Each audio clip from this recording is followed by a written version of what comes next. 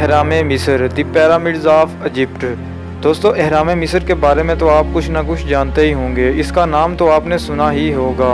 दोस्तों इसको बनाने का क्या मकसद था, दोस्तों ये क्यों बनाए गए हैं और इनको बनाने वाला कौन था, ये कितने पुराने हैं, दोस्तों ये इतने ज़्यादा मशहूर क्यों हैं, क्या ये 7 वंडर्स में शामिल हैं भी या नहीं, ये कहाँ पर वाक़ हैं, दोस्तों ये सब कुछ मैं इस वीडियो में आपको बताऊँगा।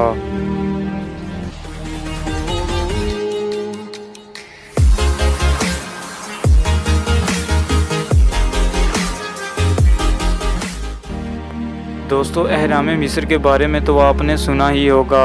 अहराम मिस्र दोस्तों मिस्र में वाक़ एक पुराने ज़माने का इमारती स्ट्रक्चर है जो कि दुनिया के 7 वंडर्स में से एक है। दोस्तों इसको दुनिया की पुरानी तरीन तामीरात में शामिल किया गया है। इसकी ज़्यादा से ज़्यादा लंबाई 455 फीट है और दोस्तों इसके बनाने का आगाज़ उस दौर के शहनशाह खुफू के दौर में हुआ था। दोस्तों पुराने मुसन्निफ़ीन के मुताबिक इसको 7 वंडर्स में शामिल किया गया है। दोस्तों मिस्र में काफ़ी ज़्यादा पिरामिड्स यानी कि अहराम मिस्र मौजूद हैं। इनमें से अक्सर की हालत ख़राब है जो कि रेत के नीचे दब चुके हैं। दोस्तों इनके बनाने का आगाज़ आज से तकरीबन 4600 साल पहले हुआ था। इनके बनाने का मकसद क्या था, दोस्तों इस दौर के बादशाह अपने दरमियाने उम्र या फिर बुढ़ापे में इसमें रहते थे और वसीयत करते थे कि मरने के बाद उनको यहाँ पर दफन किया जाए। इसलिए ये अहराम मिस्र दोस्तों ममीज़ के नाम से भी मशहूर है। कहा जाता है कि इनके अंदर ताबूत हैं जिनमें ये लाशें मौजूद हैं जिनको ममीज़ कहा जाता है।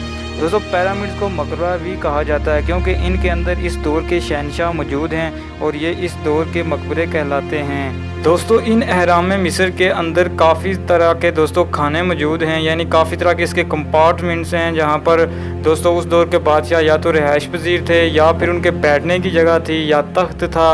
और दोस्तों जो कि बादशाह का कमरा था वो अलहदा था और क्वीन का कमरा अलहदा हुआ करता था। और इसके अलावा दोस्तों उनके नीचे कब्रें भी हैं तो इसके लिए खाना अलहदा बनाया गया था।